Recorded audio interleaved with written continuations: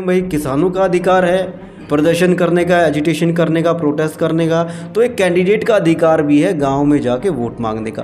किसान तो ये चाहते हैं कि उनके अधिकार के बीच में कोई ना आए, वो विरोध करते रहें, वो उम्मीद रखते हैं प्रशासन से भी, नेताओं से भी, सरकार से भी कि हमारे विरोध में सरकार दखलंदाजी ना करे, हमें विरोध करने दे। तो फिर जो कैंडिडेट का अधिकार है उसके अंदर भी फिर किसानों को दखलंदाजी नहीं करनी चाहिए। बिल्कुल ये बात मानने वाली है कि जब अधिकार उनको किसानों को दिया गया है तो यहाँ पर जो है कैंडिडेट को भी होना चाहिए। वो एक से और अभय चौटाला की बराबर में आज तक आ गए हैं, 50-50 हम बात कर रहे हैं, तो उन्होंने बहुत जल्दी उसको कवर किया है। और बाकी जितना टाइम 13 दिन 14 दिन चुनाव के बचे हैं, तो इस लिहाज से लगता है कि भाई गोपाल कांडा कहीं अभय चौटाला को पीछे ना छोड़ दे। देखिए पहले क्या था, यहाँ पर अभय सिंह चौटाला आगे थे, आज टक्कर कांटे की है। वो कि जो रंजीत चौटाला है मंत्री, तो वो बीजेपी में है, मगर बीजेपी के दफ्तर में वो अब तक उन्होंने पैर तक नहीं रखा है। और नीचे नीचे ये चर्चाएं हैं कि जिस तरह रानिया के अंदर अभय सिंह चौटाला ने 2019 में उनकी मदद की थी, तो वो उनसे अब उस मदद का बदला चाहते हैं।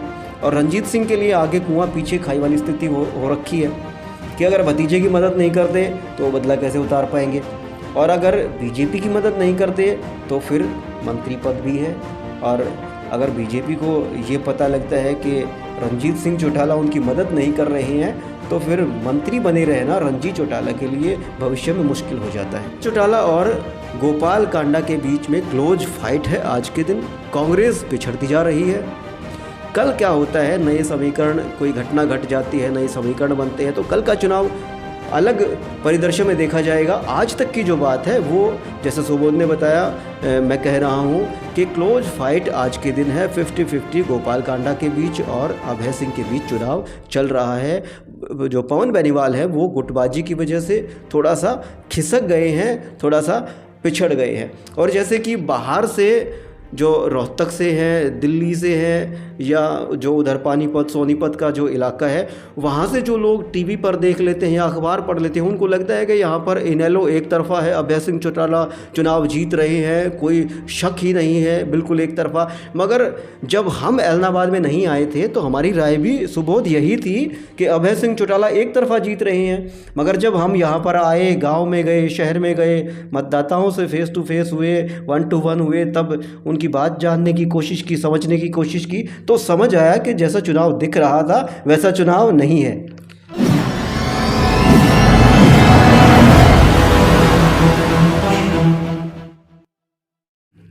नमस्कार, मेरा नाम है राहुल आर्य और आप देख रहे हैं रिबेल रिपोर्टर। मेरे साथ है Subodh Dahiya, the local news के रिपोर्टर हैं। फ़िलहाल मौजूद हैं ऐलनाबाद के अंदर, और ऐलनाबाद चुनाव यहाँ धरातल पर ग्राउंड रिपोर्ट क्या कहती है वो आपको बताएंगे। दूर बैठे हुए चुनाव अलग लगता है, मगर जब धरातल पर आकर देखते हैं, ग्राउंड में आकर देखते हैं, सीधा जो वोटर है उससे बात करके देखते हैं, मतदाता की नब्ज़ टटोल कर देखते हैं, तो हालात जैसे बाहर से दिख रहे थे वैसे नहीं लगते। एक्चुअल हालात यहाँ पर आकर मालूम लगता है।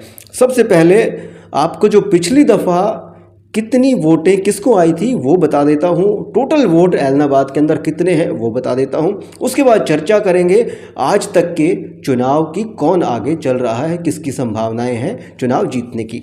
सबसे पहले आपको बता दूं कि ऐलनाबाद के अंदर 1,81,021 वोट 2019 के जो चुनाव था उसके अंदर थी।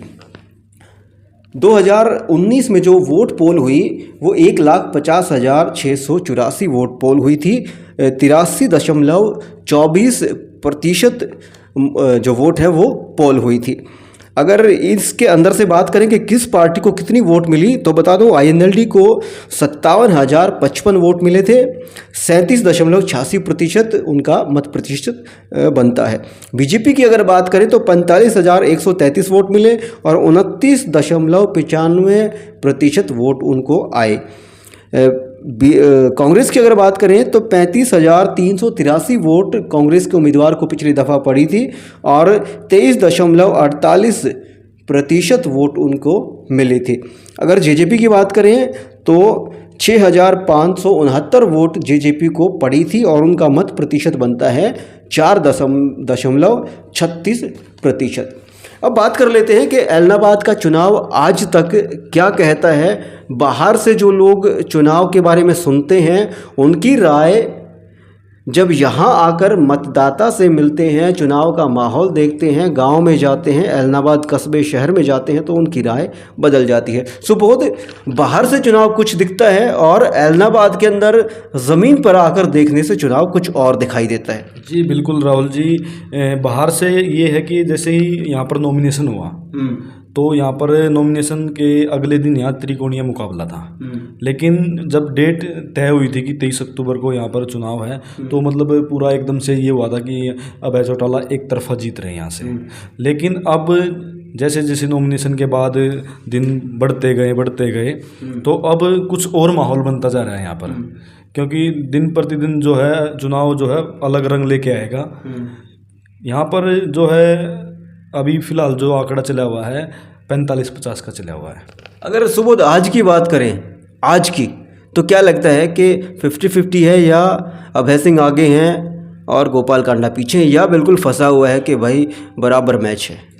देखिए यहाँ पर अभी मामला जो है बिल्कुल कांटे का है, गोविंद कांडा का और अभय सिंह चौटाला। आज की बात करें, कल परसों आप कह सकते हैं कि 45 और 55 था, मगर आज की बात करें तो कांटे की टक्कर है। 49-50 मान लीजिए या 50-50 मान लीजिए। बिल्कुल आज आप 49-50 या 50-50 मान सकते हैं, क्योंकि यहाँ पर क्या है ना, गोविंद कांडा लगातार गांव में जा रहे हैं, अभय सिंह चौटाला भी जा रहे हैं, लेकिन जो यहाँ पर किसान कई जगह विरोध कर रहे हैं उसका कहीं ना कहीं बीजेपी को फ़ायदा हो रहा है।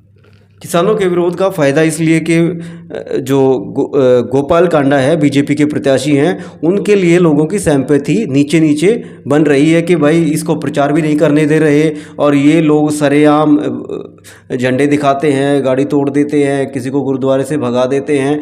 तो जो साइलेंट वोटर है वो कहीं ना कहीं बीजेपी के पक्ष में या गोपाल कांडा के पक्ष में हमदर्दी के ज़रिए जा रहा है। ये आप मानते हैं? बिल्कुल ये बात है।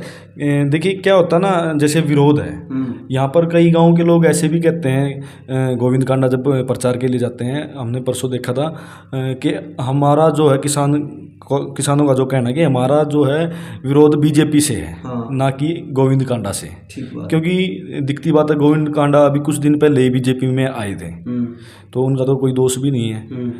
तो लोग ये कहते हैं कि आप अपना बीजेपी का पटका उतार के आओ, हम आपका स्वागत करेंगे। लेकिन लोगों का रोष जो है वो बीजेपी को लेकर है।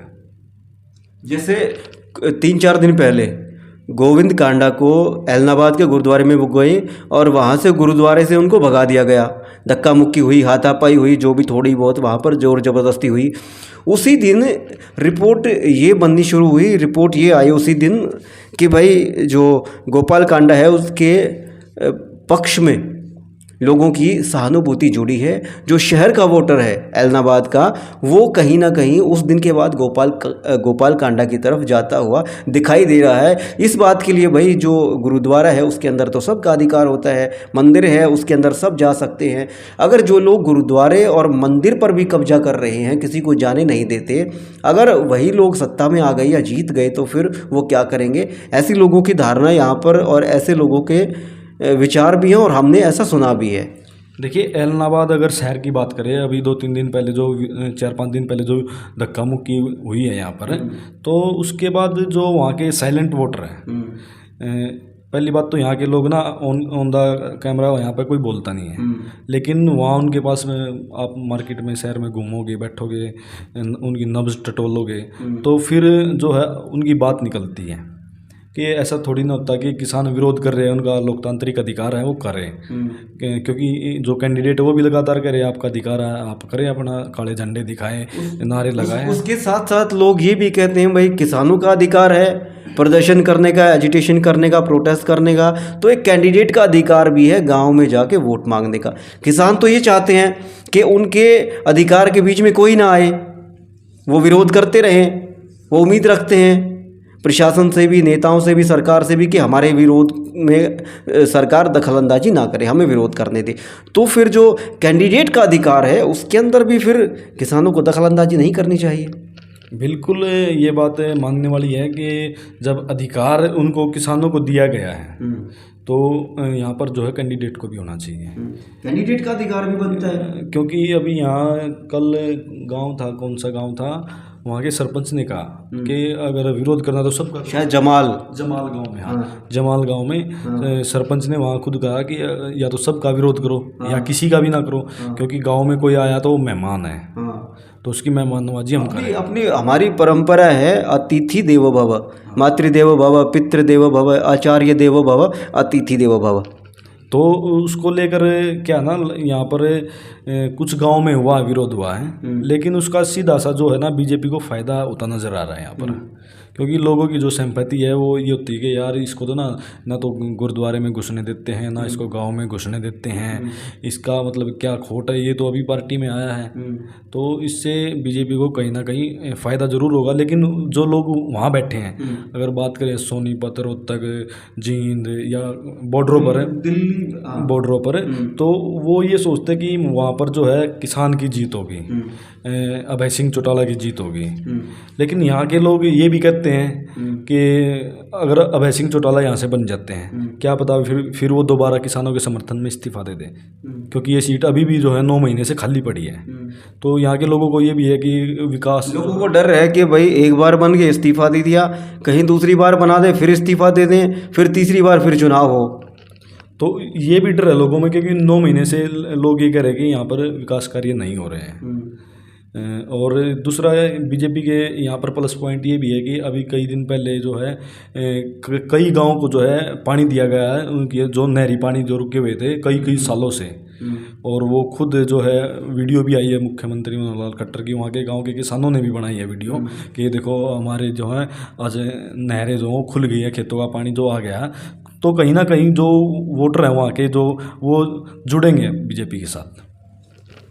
देखिए, गौर करने की एक बात है, जिस दिन चुनाव की घोषणा हुई उस दिन इनेलो के लिए चुनाव कुछ था, इनेलो का वोट ग्राफ या इनेलो के पक्ष में बहुत सारा माहौल था।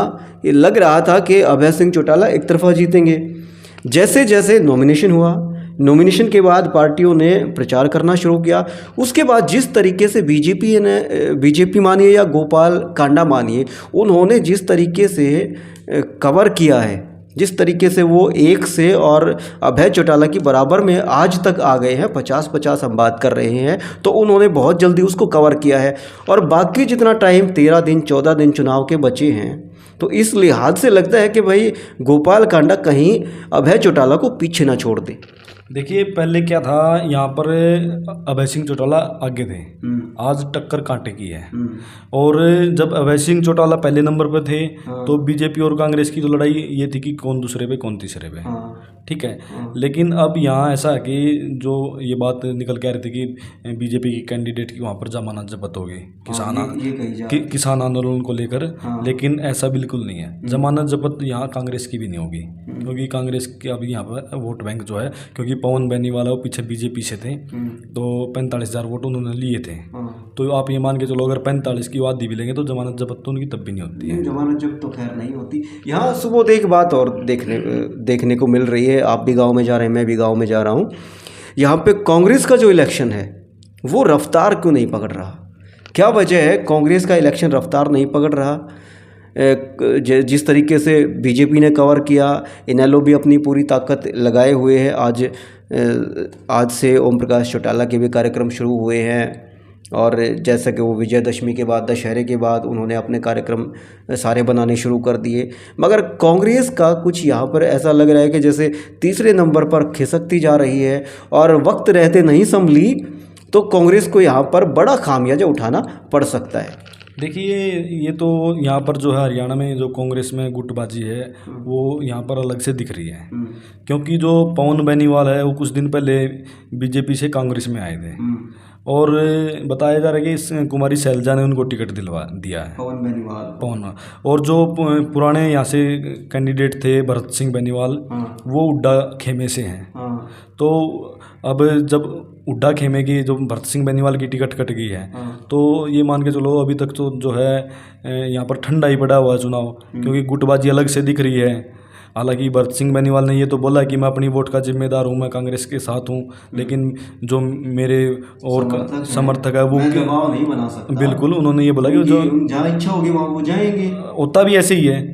क्योंकि पीछे बड़ौदा इसका मतलब तो सबूत ये है कि भरत सिंह बेनीवाल पक्के नाराज हैं।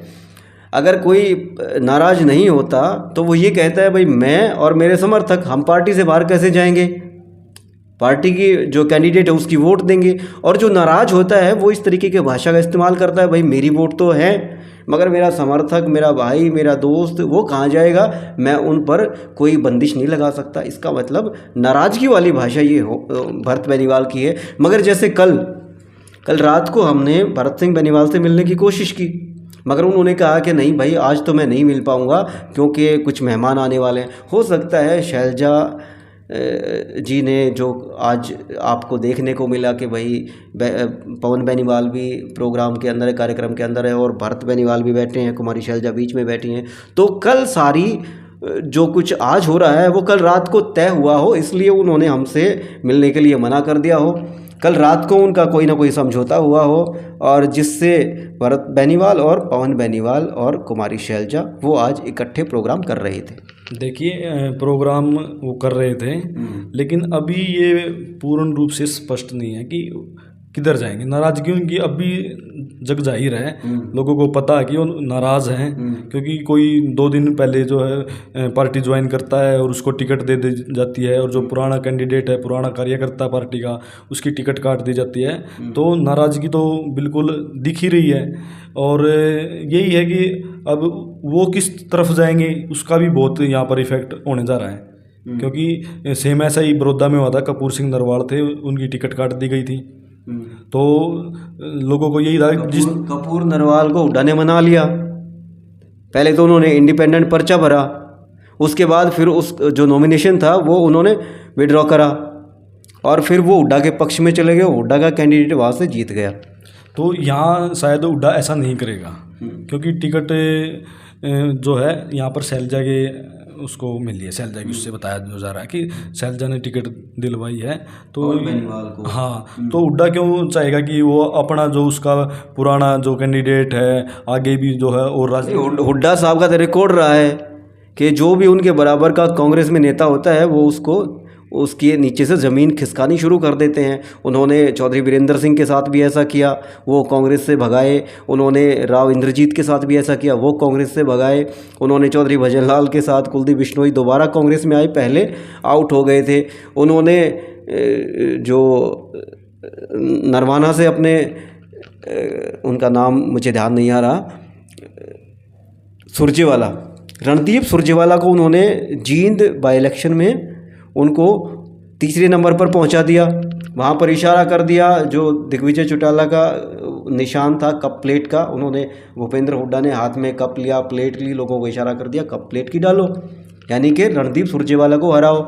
और अब भूपेंद्र सिंह हुड्डा कुमारी शैलजा को प्रदेश अध्यक्ष के पद से हटवाने के लिए पूरा जोर लगा रहे हैं। तो भूपेंद्र सिंह हुड्डा का तो पुराना रिकॉर्ड है कांग्रेस में अपने बराबर के नेताओं को ख़त्म करना। एक नेता का नाम मैं भूल गया, अशोक तंवर को उन्होंने बाहर निकलवाया।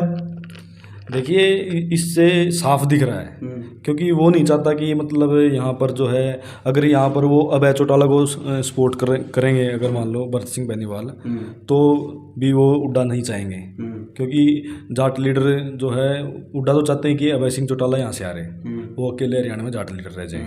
ठीक है, तो वो हो सकता है बीजेपी को ही सपोर्ट करेंगे नीचे नीचे। भरत सिंह बेनीवाल आपका मानना है कि बीजेपी को सपोर्ट करेंगे, उससे उनके दो इनेलो को सपोर्ट करेंगे, तो भूपेंद्र सिंह हुड्डा नहीं चाहते ना कि उनके अलावा भी यहाँ पर वो तो ये चाहते हैं कि हरियाणा में अकेला जो है जाट लीडर वही रहे, क्योंकि एक सीट है अभी थी इनेलो के पास, वो अगर वो भी नहीं बची तो मान के चलो आप एक जाट नेता तो भूपेंद्र सिंह हुड्डा ही बच जाएंगे ना। देखिए संभावनाएं जो भरत सिंह बेनीवाल हैं वो यहाँ पर किसकी तरफ जाते हैं उसका पलड़ा भारी होता है। अगर क्योंकि जो चुनाव जो है वो इतने फ़र्क का नहीं रहा कि जिस तरीके से पिछली दफ़ा 15,000 20,000 का कुछ डिफरेंस रहा था, 11,000 का डिफरेंस रहा था पिछली दफ़ा अभय सिंह और बीजेपी के कैंडिडेट में। मगर अब की बार नहीं लगता है, बिल्कुल चुनाव क्लोज फाइट है, नहीं लगता कि 10,000 का 12,000 का फ़र्क रहेगा। और ऐसे चुनाव के अंदर जो पवन सिंह बेनीवाल जिनके पास पर्सनल 8, 10, 12 हज़ार का वोट बैंक होता है, वो जिस तरफ भी जाएंगे उनका पलड़ा भारी रहेगा। बिल्कुल, ये तो दिखती बात है। जिस साइड जो है भरत सिंह बेनीवाल जाएंगे जीत उसी की होगी। चाहे वो ये है कि कांग्रेस में जाएंगे, कांग्रेस की तो होगी नहीं, क्योंकि कांग्रेस की नहीं होगी। कांग्रेस की तरफ तो वो है ही, वैसे ही कांग्रेस पार्टी में है। लेकिन जो उसके जो समर्थक अगर वो वोट कांग्रेस को डलवाएगा सारी, तो कांग्रेस तो यहाँ से फिर भी नहीं बनती है। टक्कर क्योंकि कांडा की और अभय सिंह चौटाला की है, तो अब वोट तो वो उन्हीं को दिलवाएगा, टक्कर वालों को। क्योंकि लोग भी ये सोचते हैं कि जो जीतता उसकी तरफ ज़्यादा वोट डालते हैं। वो सोचता ये तो हारना यार, इसकी क्यों वोट डाल के अपने वोट खराब की। देखिए, जो भरत सिंह बेनीवाल हैं उनकी संभावनाएं बीजेपी की तरफ आने के मैं आपको 2 कारण गिनवा देता हूं। पहला कारण ये है कि वो पवन बेनीवाल को हराना चाहते हैं और वो बीजेपी को अगर वोट डलवाते हैं तो पवन बेनीवाल ज़रूर हार जाते हैं। दूसरा कारण ये है कि भूपेंद्र सिंह हुड्डा उनके नेता हैं, भरत सिंह बेनीवाल के नेता भूपेंद्र सिंह हुड्डा हैं, और भूपेंद्र सिंह हुड्डा नहीं चाहते कि अभय चौटाला जीते।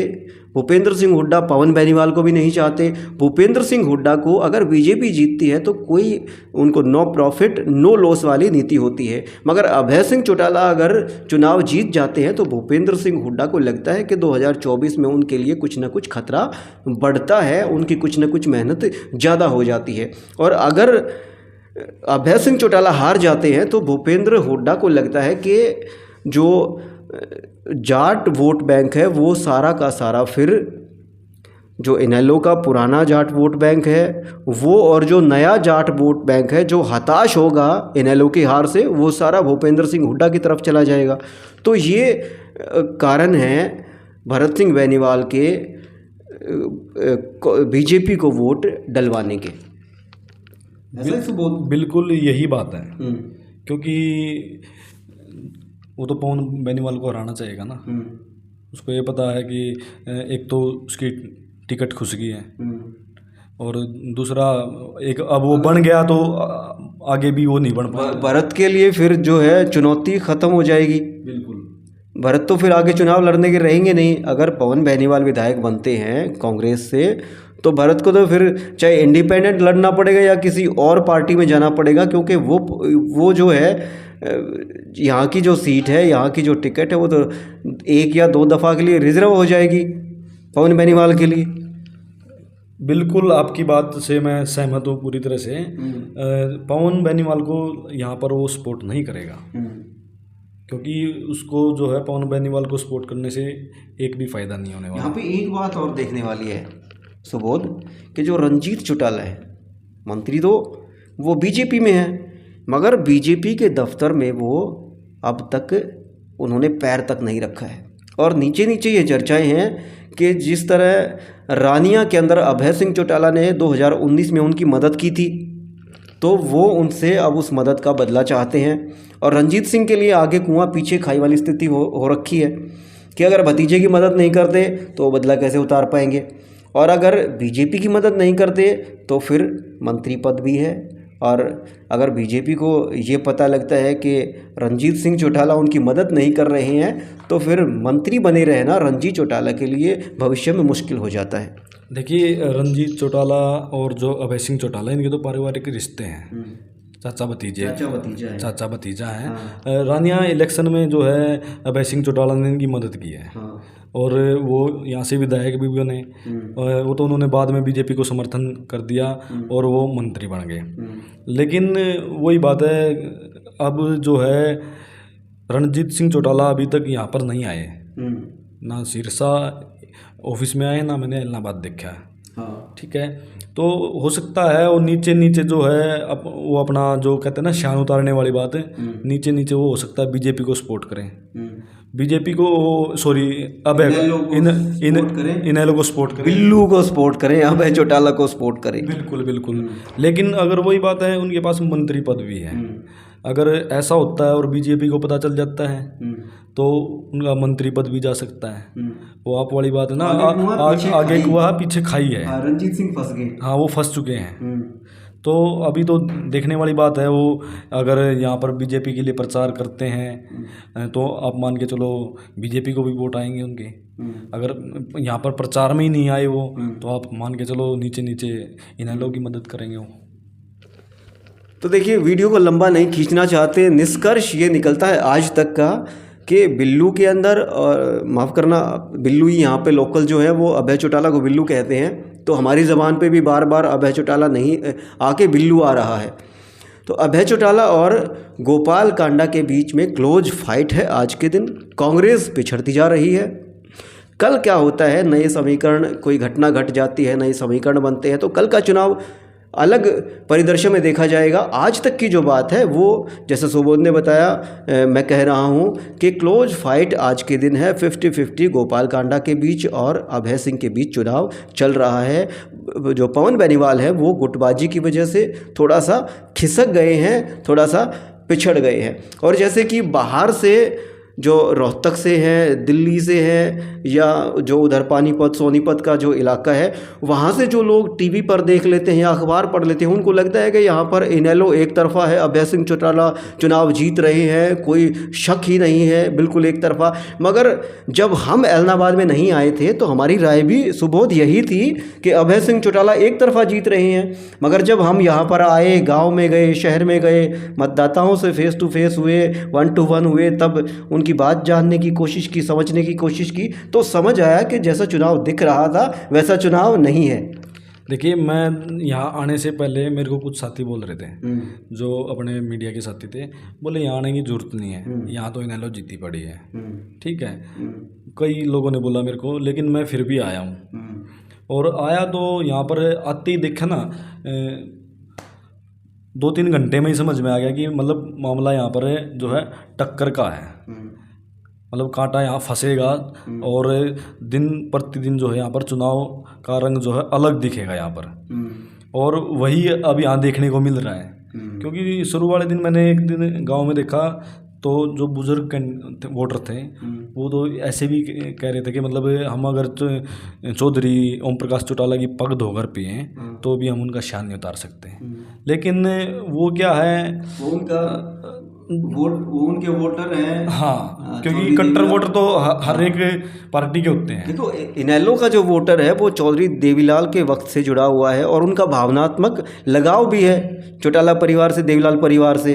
तो फिर जैसे जैसे मैं गांव गया तो मैं ऐलनाबाद भी पहुंचा, तो वहाँ पर जो लोगों ने बताया कि अभी तक यहाँ पर जो है अभय सिंह चौटाला 3 बार विधायक बने हैं। ठीक है, और उनसे पहले तो यहाँ पर उनकी सरकार, मतलब सरकार में भी रहे थे, मुख्यमंत्री ओम प्रकाश चौटाला भी बने थे।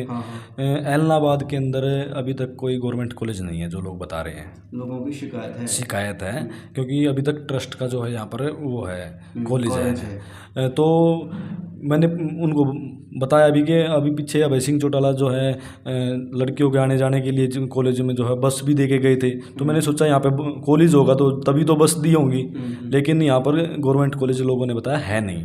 और एक और वायदा वो करके आए थे कि जो गरीब परिवारों की लड़कियाँ उनको पढ़ाई के लिए 6,000 रुपये महीना देंगे, 6,000 रुपये महीना या सालाना कुछ ऐसा देंगे। तो वो दिए नहीं। तो लोगों की ये शिकायत है कि अभय सिंह चौटाला बस के साथ तो फोटो खिंचा गए, बस वाली बात तो वो पूरी कर गए, मगर वो साथ साथ ये वायदा भी करके गए थे कि भाई 6,000 रुपये जो गरीब लड़कियां हैं उनकी शिक्षा के लिए वो देंगे, मगर वो दी नहीं। जो भी उन्होंने जो छात्रवृत्ति या जो भी जिस भी योजना के तहत वो कह के आए थे कि भाई मैं लड़कियों को 6,000 रुपये दूंगा, तो वो उन्होंने नहीं दिए। और लोग अब उसकी शिकायत कर रहे हैं कि भाई अभय सिंह चौटाला वायदा करके गए थे मगर वायदा पूरा नहीं किया। देखिए, यहाँ पर जो है एक बात और मैं आपको बताना चाहता हूँ, यहाँ पर जो है साइलेंट वोटर है। मीडिया के साथ ही जाते हैं, कैमरे पे कोई नहीं बोलता। अगर आप कहीं गाड़ी रोकोगे 10-15 आदमी देख के और आप अपना तो साइलेंट मतलब मानने की बात सुबोध ये है कि जो साइलेंट वोटर है, जो चुपचाप वोटर है, वो किसका वोटर है? बीजेपी का, इनेलो का वोटर है। वो तो सड़क पे आवाज़ लगा के बिल्कुल ज़ोर से चिल्ला के ये बोलता भाई मैं इनेलो को वोट दूंगा, मगर जो चुपचाप है वो बीजेपी का वोटर है। तो ये है कि मतलब यहाँ पर आप ये मान के चलो जाटों की वोट जो है 70,000 के लगभग है। जाट बाहुल्य इसको विधानसभा को क्षेत्र को कहते हैं। तो जाटों की वोट तो आप ये देखो ना 70 के करीब जाटों की है, कुछ जट सिखों की 10-12 हज़ार वोट। उसमें से पवन बेनीवाल भी लेगा कुछ ना कुछ, पवन के हिस्से भी आएगी, जेजेपी के हिस्से भी आएंगी, और जो निर्दलीय हैं वो भी लेंगे, और जो कांडा है वो भी लेंगे। जाटों की वोट तो बिखर गई है। नहीं, गोपाल कांडा को जाटों की वोट शायद इक्का दुक्का वोट आ जाए, वो अलग बात है, इक्का दुक्का की बात है यहाँ पर। हाँ, मगर जाटों की वोट आप ये मान लीजिए कि जेजेपी को भी जाएंगी, चाहे वो उसका प्रतिशत बेशक घट जाए, पवन बेनीवाल को, कांग्रेस को भी जाएंगी। एक बात ज़रूर हो सकती है, जाट ये सोचें कि भाई अभय सिंह चौटाला जिताना है, इसलिए वोट ख़राब ना करो, ना जेजेपी को दो और ना कांग्रेस को दो। अगर कांग्रेस और जेजेपी में जाट वोट बैंक बट गया तो फिर कांडा जीत जाएंगे।